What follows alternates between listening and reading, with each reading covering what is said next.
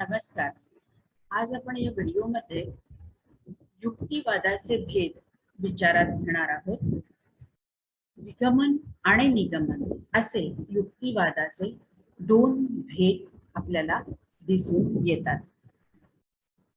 आता युक्तिवादाचं स्वरूप कसं असतं या संदर्भात आपण अगोदर पाहिलेलं आहे की युक्तिवाद हा आधार विधान आणि निष्कर्ष यांनी मिळून बनलेला असतो. हे जे आधार विधान असतात कधी कधी एक असतात, कधी कधी दोन असतात, त्यापेक्षा अधिकही असू शकतात, मात्र निष्कर्ष हा नेहमी एकच असतो. आता आधार विधानांच्या आधारे निष्कर्ष हा काढला जात असतो. म्हणजे ज्या वेळेला आधार विधान आपण स्वीकारतो त्यावरून आपण आपला निष्कर्ष हा काढत असतो. आता या युक्तिवादाचे दोन भेद आपल्याला दिसतात. एक आहे नैगमनिक युक्तिवाद आणि दुसरा आहे वैगमनिक युक्तिवाद. निगमन, विगमन, विगामी, निगामी असेही शब्द यासाठी वापरले जाऊ शकतात. आता या नैगमनिक युक्तिवादाचं स्वरूप कसं आहे आणि ते वैध केव्हा असतात याचा आपण इथे विचार करणार आहोत. आता जेव्हा नैगमनिक युक्तिवाद मांडला जातो तेव्हा त्याच्यातली आधार विधानं जी असतात ती निष्कर्षाला निर्णायक पुरावा उपलब्ध करून देत असतात. आणि जेव्हा ती उपलब्ध करून देतात तेव्हा तो युक्तिवाद हा नैगमनिक म्हणावला जातो. म्हणजे आधार विधानं ही निष्कर्षाला काय करतात, व्यंजित करतात. हे आपण लक्षात ठेवलं पाहिजे.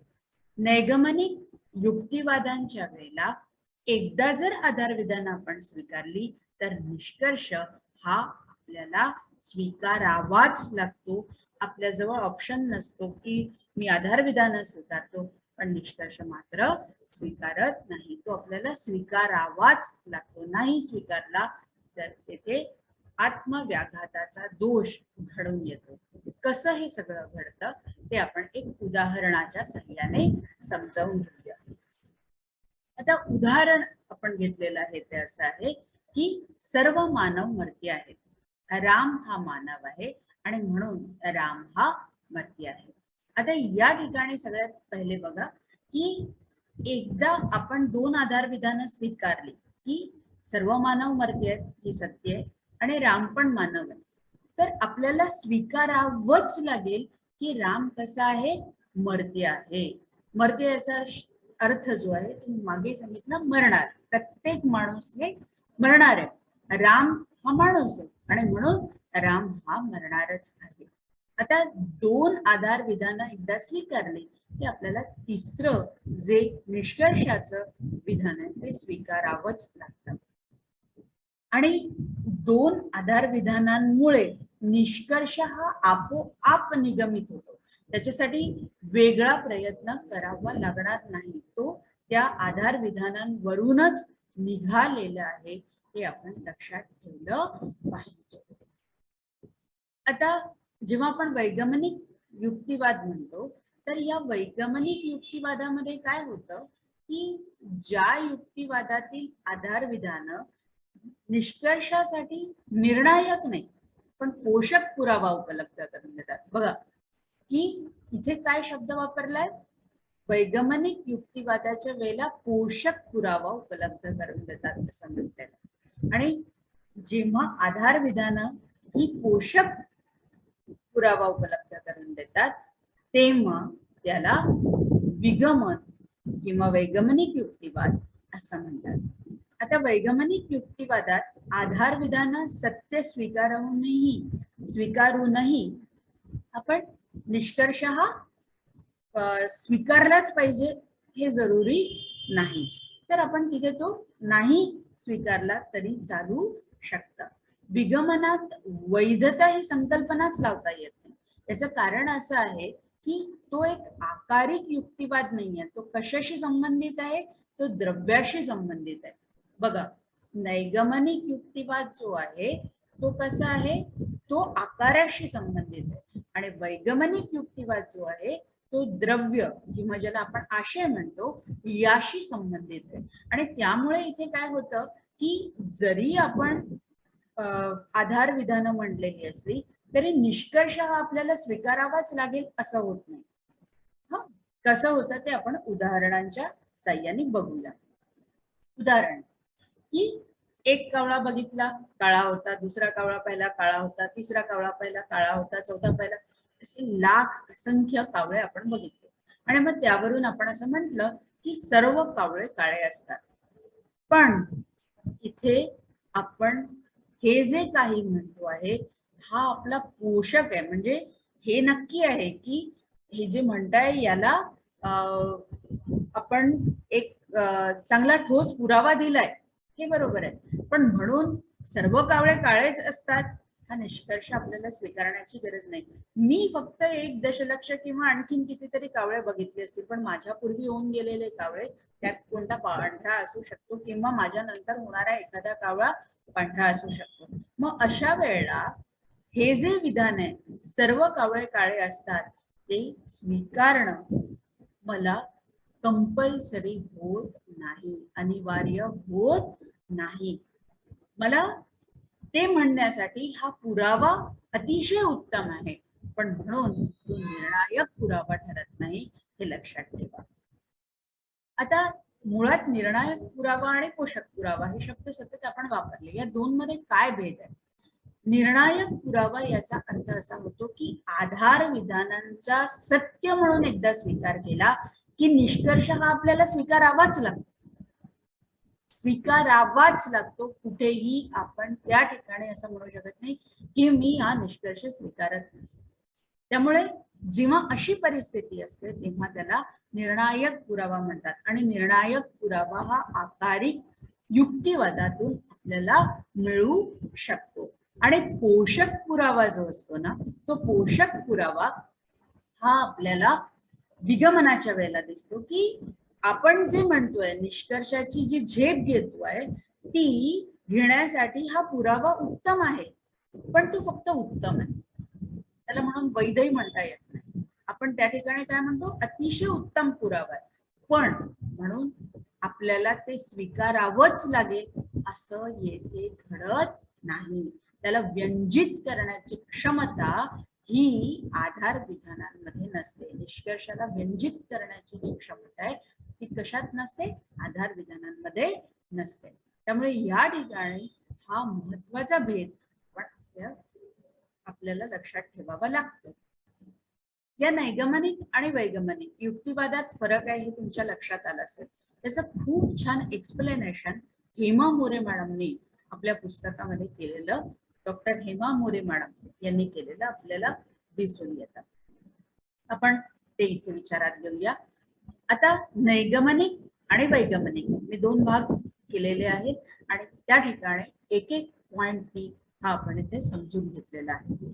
सगळ्यात पहिलं, नैगमनिक युक्तिवादातील आधार विधानं निष्कर्षास निर्णायक पुरावा देतात आणि वैगमनिक युक्तिवादातील आधार विधाने निष्कर्षास पोषक पुरावा देतात, तो निर्णायक नसतो. यातच सांगितलं त्याप्रमाणे एकदा आपण हे स्वीकारलं की सर्व मानव मरते आणि राम मानव आहे, तर आपल्याला म्हणावंच लागेल की राम मरते. पण हे गरजेचं नाहीये की मी 1 दशलक्ष कावळे पाहिले म्हणून सर्व कावळे काळे असतात, हे मला म्हणण्याची गरज नाही. कारण मी जे कावळे पाहिले ते मर्यादित होते आणि मी त्यापेक्षा खूप मोठी झेप घेत असल्यामुळे या ठिकाणी हा जो पुरावा आहे तो पोषक आहे पण निर्णायक होणार नाही. दुसरी, नैगमनिक युक्तिवादातील आधार विधाने निष्कर्षाला व्यंजित करतात आणि वैगमनिक युक्तिवादातील आधार विधानं ही निष्कर्षाला व्यंजित करत नाहीत. व्यंजित करणं याचा अर्थ काय, तर आधार विधानावरून निष्कर्ष हा आपोआप निघणं म्हणजे व्यंजित करणं. व्यंजित करणं याचा अर्थ काय होतो की आधार विधानावरून निष्कर्ष हा आपोआप निघतो, त्याला म्हणायचं व्यंजित करणं. हे कुठे घडतं, हे घडतं नैगमनिक युक्तिवादात, हे वैगमनिक युक्तिवादात घडत नाही. तिसरा भेद आपण विचारात घेऊया. नैगमनिक युक्तिवादातील आधार विधानात जे अनुस्यूत असतं तेच निष्कर्षात उलगडून दाखवलेलं असतं. आणि वैगमनिक युक्तिवादातील आधार विधानात जे सांगितलेलं असतं त्यापेक्षा जास्त गोष्टींचं प्रतिपादन निष्कर्षात केलेलं असतं. आता नैगमनिक युक्तिवादात असं का म्हटलंय तर बघा, सर्व मानव मर्ती आहे हे सत्य स्वीकारलंय इथं. सर्व मानव मर्ती आहेत हे सत्य स्वीकारलंय. दुसरं, राम मानव आहे हेही स्वीकारलंय आणि त्यामुळेच आपोआप त्यातलाच एक आपण भाग सांगितला की राम पण मरणार आहे. आपण तिथे काय सांगितलं, राम पण मरणार आहे. पण जेव्हा आपण वैगमनिक युक्तिवादाचा विचार करतो तेव्हा तुमच्या लक्षात आलं असेल बघा की तिथे काय होतं, आपण 1 दशलक्षच कावळे बघतो आणि त्याच्यावरून मोठी झेप घेतो की सर्व. आता सर्व कुठून ते सुरू झाले आणि कुठे संपणार आहे ते सगळे सर्वामध्ये येतात. पण त्या सगळ्यांचा खरंच आपण विचार केला का? नाही. त्यामुळे इथे उडी कशी आहे, आधार विधानांपेक्षा उडी ही मोठी आहे. इथे नाही आहे. इथे सर्वांवरून आपण एका माणसाच्या संदर्भात बोलतोय, सर्वांबद्दल आपल्याला पूर्ण माहिती आहे आणि त्याच्यातून एका व्यक्तीबद्दल इथे आपण निष्कर्ष काढलेला आहे आणि त्यामुळे इथे जे काही आधार विधानात आहे तेच निष्कर्षात सांगतो, पण इथे मात्र आपण त्याच्यापेक्षा मोठी झेप घेतो हे लक्षात ठेवा. यानंतर युक्त नैगमनिक युक्तिवादाचा निष्कर्ष हा निश्चित असतो. युक्त याचा अर्थ होतो वैध. वैध याचा अर्थ की आधार विधानातून बरोबर निष्कर्ष काढलेला आहे असा जो नैगमनिक युक्तिवाद असतो त्याचा निष्कर्ष हा निश्चित असतो. म्हणजे तिथे कुठेही संभाव्यता नसते. जर 2 आधार विधान आपण म्हटल्याप्रमाणे तीच मी घेते पुन्हा की सर्व मानव मरते आणि सॉक्रेटिस मानव आहे हे जर आपण एकदा स्वीकारलं असेल तर आपल्याला निश्चित म्हणता येतं की सॉक्रेटिस हा मरणार आहे. त्यामुळे इथे निष्कर्ष हा निश्चित असतो. तीच गोष्ट इकडे जेव्हा आपण वैगमनिक युक्तिवादाकडे येतो तेव्हा वैगमनिक युक्तिवाद हा उचित असू शकतो पण तो वैध राहणार नाही.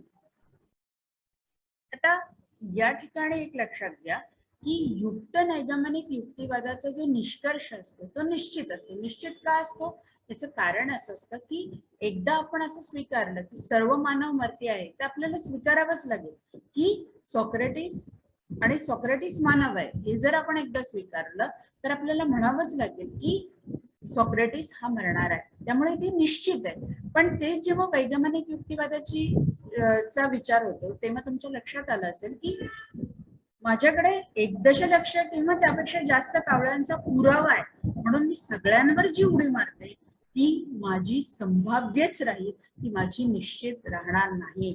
कारण माझ्या पूर्वी माझ्या पश्चात पुढे पांढरा कावळा किंवा आणखीन वेगळ्या रंगाचा कावळा आला आहे हे मला माहीत नाही आणि म्हणून या ठिकाणचा निष्कर्ष हा कसा असतो, हा संभाव्य स्वरूपाचा असतो. नंतर आपण 5वा भेद यातला विचारात घेऊ की नैगमनिक युक्तिवादातील आधार विधानं ही सत्य आहेत. कशी आहेत? सत्य आहेत असे गृहीत धरलेले असते आणि वैगमनिक युक्तिवादातील आधार विधानांची सत्यता ही निरीक्षण आणि प्रयोगाच्या आधारे निश्चित केलेली असते. आपण मुळात सर्व मानव मरती आहेत हे स्वीकारलंय सत्य म्हणून, पण तेच जेव्हा आपण एक एक कावळा बघत जातो म्हणजे त्याचं काय करतोय, निरीक्षण करतोय आणि मग म्हणतोय की काळा आहे, निरीक्षण करतोय काळा आहे, निरीक्षण करतोय काळा आहे, असं इथे करत नाही. आपली आधार विधानं इथे जेव्हा असतात तेव्हा ती आपण सत्य म्हणून नैगमनिक युक्तिवादात स्वीकारतो आणि वैगमनिक युक्तिवादामध्ये त्याचं निरीक्षण करतो हे लक्षात ठेवा. यानंतर नैगमनिक युक्तिवादाची युक्तता ही आकारावर अवलंबून आहे. म्हणजे तिथे सर्व अ ब आहेत. क हा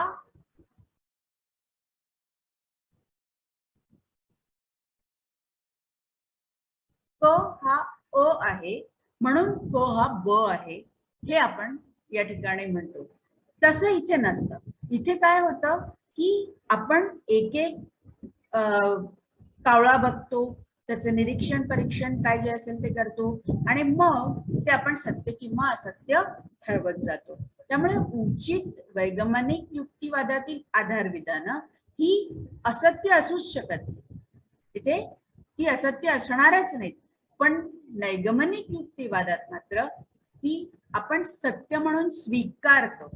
इथे काय होतं, आपण सत्य म्हणून स्वीकारतो आणि इथे आपण त्याला सत्य म्हणून स्वीकार न करता त्याचं परीक्षण किंवा निरीक्षण करत असतो.